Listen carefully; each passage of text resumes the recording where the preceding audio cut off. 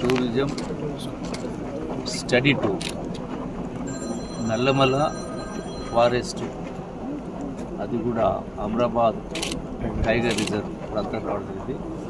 ఇందులో జిల్లా ఇన్ఛార్జ్ మంత్రులు దామోదర్ రాజనరసింహ గారు, అట్లాగే గౌరవ శాసనసభ్యులు అచ్చంపేట కృష్ణ గారు, అట్లాగే దేవరగల శాసనసభ్యులు కల్వకుర్తి శాసనసభ్యులు ప్రెసిడెంట్ నారాయణ గారు, జార్ఖండ్ శాసనసభ్యులు డాక్టర్ రాజేష్ గారు, అట్లాగే శాసనగర్ శాసనసభ్యులు శంకర్ గారు, అట్లాగే మక్కల్ శాసనసభ్యులు శ్రీహరి గారు, అట్లాగే వనపర్తి శాసనసభ్యులు మెగారెడ్డి గారు, ఇతర అధికారులు ప్రిన్సిపల్ సెక్రటరీ గారు, దాంతోపాటుగా అలంపూర్ ఏఐసిసి కార్యదర్శి మాజీ శాసనసభ్యులు సంపత్ కుమార్ గారు, అందరూ దీంతో పాటుగా ప్రిన్సిపల్ సెక్రటరీ టూరిజం, జిల్లా కలెక్టర్ గారు, జిల్లా ఎస్పీ గారు, టోటల్ టూరిజం యంత్రాంగం కూడా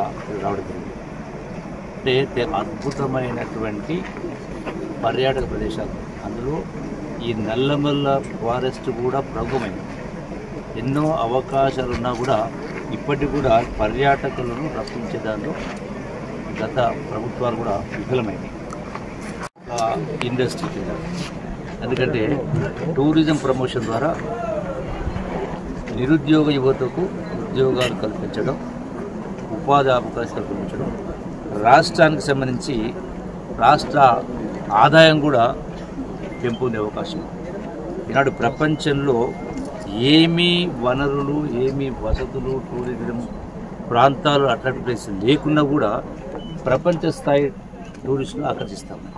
అన్నీ ఉన్నటువంటి మనం దాన్ని మార్కెట్ చేసుకోలేకపోతున్నాం.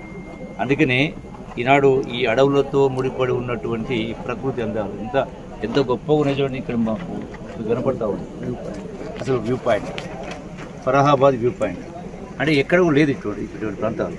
అట్లాగే దేశ విదేశాల పర్యాటకులను రప్పించడం కోసం అన్ని రకాల వసతులు సమకూర్చే కార్యక్రమం చేసి పర్యాటకులు రప్పించి ఈ యొక్క రాష్ట్ర ఆదాయాన్ని పెంపొందించే కార్యక్రమం చేస్తాం.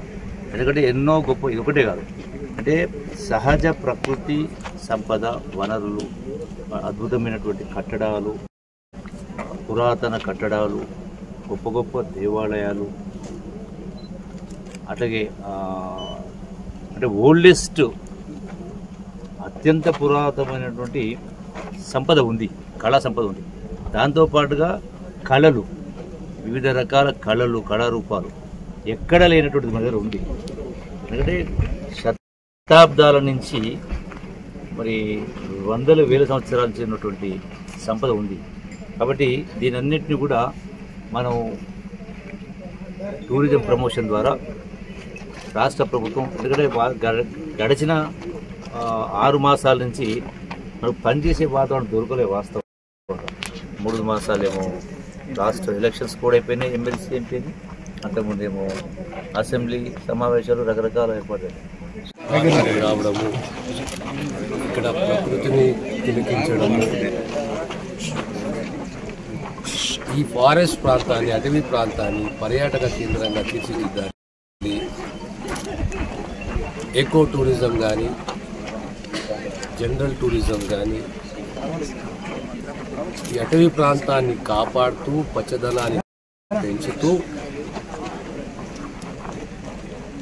టూరిజాన్ని పెంచాలనే ఒక సదుద్దేశంతో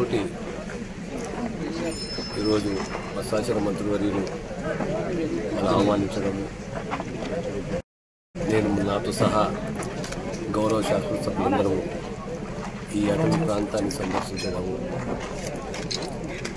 ఇది ప్రధానంగా మరునూరు వ్యూ పాయింట్ అంటారు, ఫరహాబాద్ వ్యూ పాయింట్. అంటే పచ్చదనం కింద పెద్ద వాస్ట్ ఏరియాలో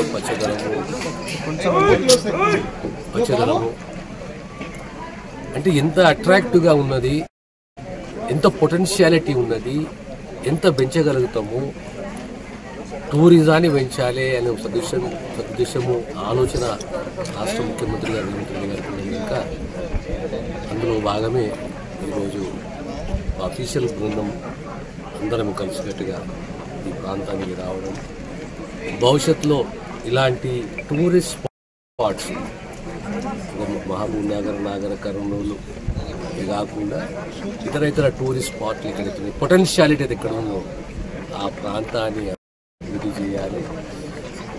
లీడింగ్ టూరిస్ట్ డెస్టినేషన్గా తెలంగాణ రాష్ట్రాన్ని తీర్చిదిద్దాలనేది ఆ ప్రభుత్వం యొక్క సదుద్దేశం. ధన్యవాదాలు.